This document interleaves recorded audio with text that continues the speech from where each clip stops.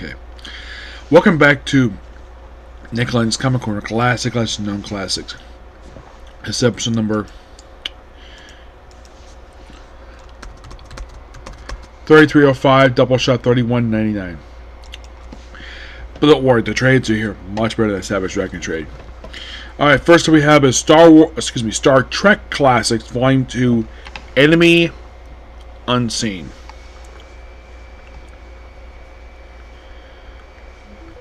This collects Star Trek Next Generation, Pierce the Dream, Star Trek Next Generation, Embrace the Wolf, Star Trek Next Generation, Killing Shadows.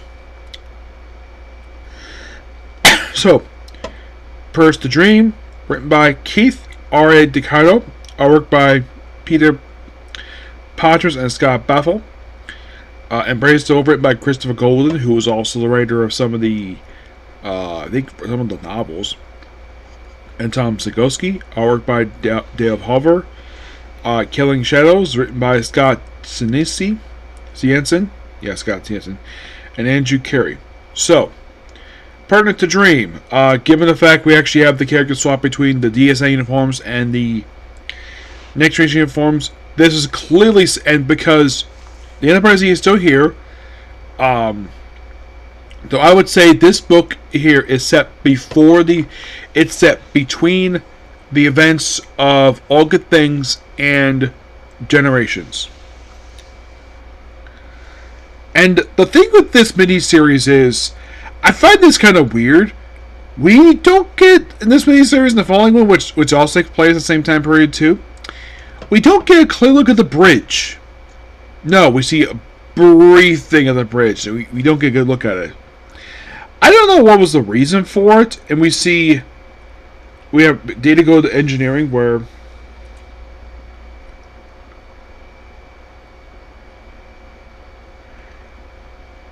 or apparently like something has happened and like, oh yeah, this is all a dream, and the data wakes up and like, oh yeah, the dream where apparently everything was destroyed. And we have Picard, Riker, Dr. Crusher, Data, and Counselor Troy, all wearing, except for Geordi and Worf wearing the DS9 uniforms. Yeah, in book, there's no explanation of why they were swapping back and forth. Heck, at one point, there's a color error here where, okay, this is kind of weird. So, here's the thing. Worf is supposed to, they refer to him as Lieutenant in this book. Not Lieutenant Commander, Lieutenant. So, this is something that must be a coloring error, because there are 3 pips on his collar, and the collar is red. And for some reason, he's wearing a red uniform, which doesn't make any sense here for him to wear that at all.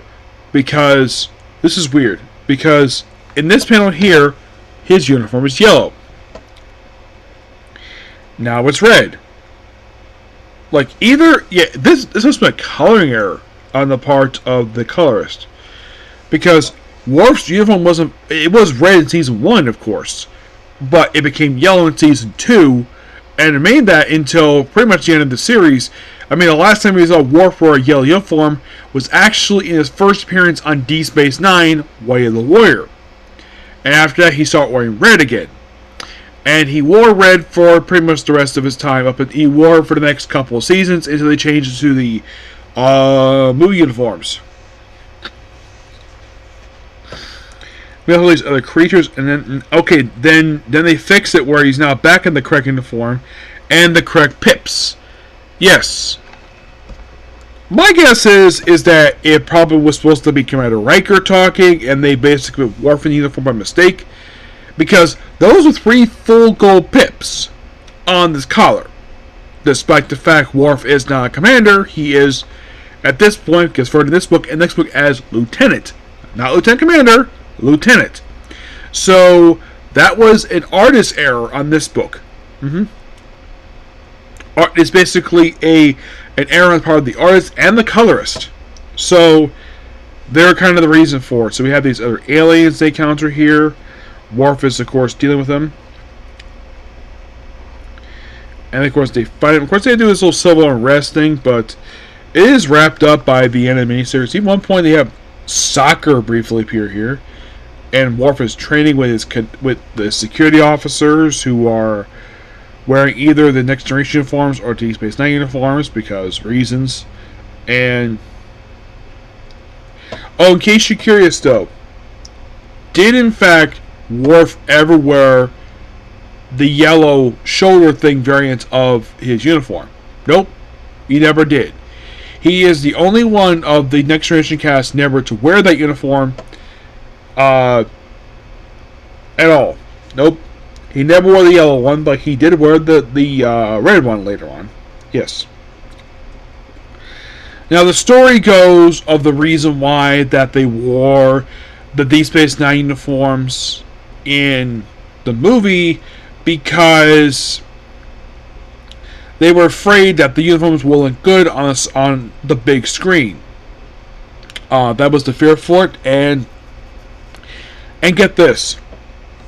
There was even a talk of designing brand new uniforms for Generations. That's the story I've heard, and also there was been sketches released of it. But here's something really weird though. Those sketches were made into action figures of the cast for reasons, and yeah, and the whole thing is set up in a nice little bow. At one point, you have Data. Picard trying to stop Data, but doesn't work. And you have a flashback when he was the cutest, when the whole thing with Sarek. Really cool here.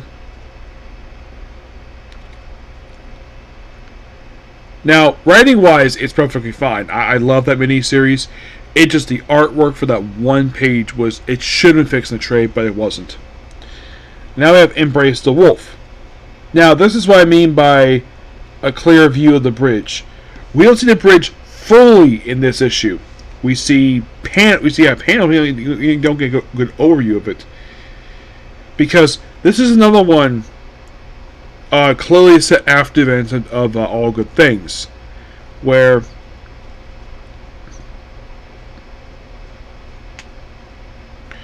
here's kind of a side view panel of this thing, and in the movie there was an elevated other console on the far right of this. But here's the thing. When they brought that bridge back for Picard, they got rid of that and make it look like the way he did on a TV show compared to look when it last appeared. And the whole thing with this also involves stuff with a version of people being possessed, of course, and deal with Jack Ripper. Yeah, the whole thing of the characters being possessed. This actually happened in an episode of the show, and this is sort of semi-revisiting it. Now, if you're curious, do they have it where the characters wear different uniforms? This one, no, not really. There's at one point that you tease Picard wearing the uniform he wore in the movie, for that boat scene, which, fun fact, they actually did rent out an actual boat for that. Mm-hmm.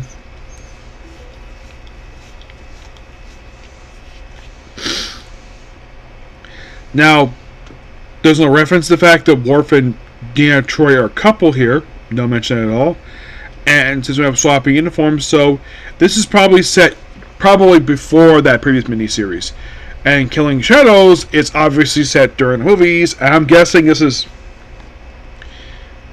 because they mentioned being a shakedown crew. So my guess is this is probably set between because they don't have Worf here. Yeah, Worf is not in this in this one shot here. So I am guessing that in the case of this book, this is set between Insurrection and no, not Insurrection. Insurrection actually set during the finale of the mini war. So this is set in the time period between First Contact and Insurrection. And there is a tease in the book of possibly the whole thing of it's also ships possibly attacking, and then we have Worf just showing up here wearing this weird uniform. At one point in the book, we have a return of Sheila. Yes, who chronologically indicates the next generation. Last time she was seen was back in Unification Part 2. Yeah, her appearance and War appearance in this book feel completely random. It's like, oh, let's insert them wearing these different uniforms. And like, oh.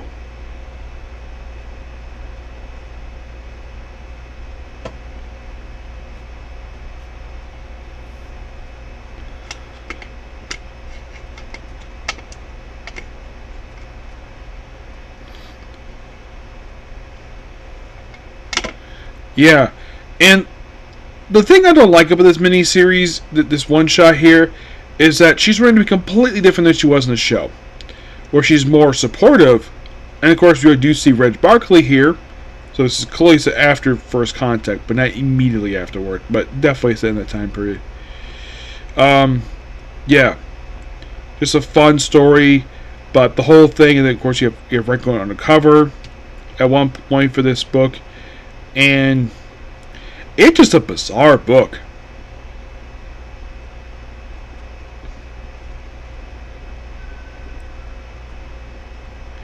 It's like trying to deal with the different type of civil unrest where war for undercover for some reason, and then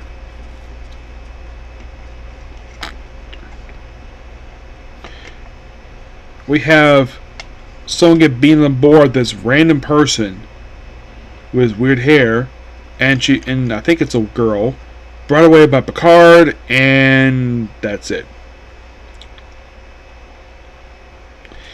I like the first two stories in here. Third one I was not necessarily a big fan of at all.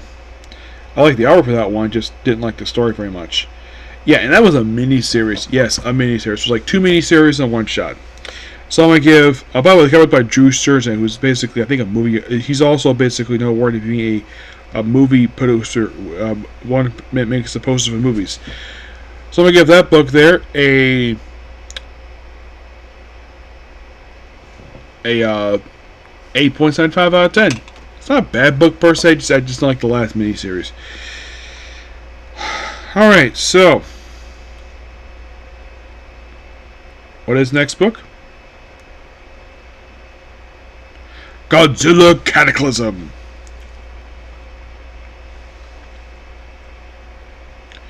Yep, this is next. Godzilla Cataclysm.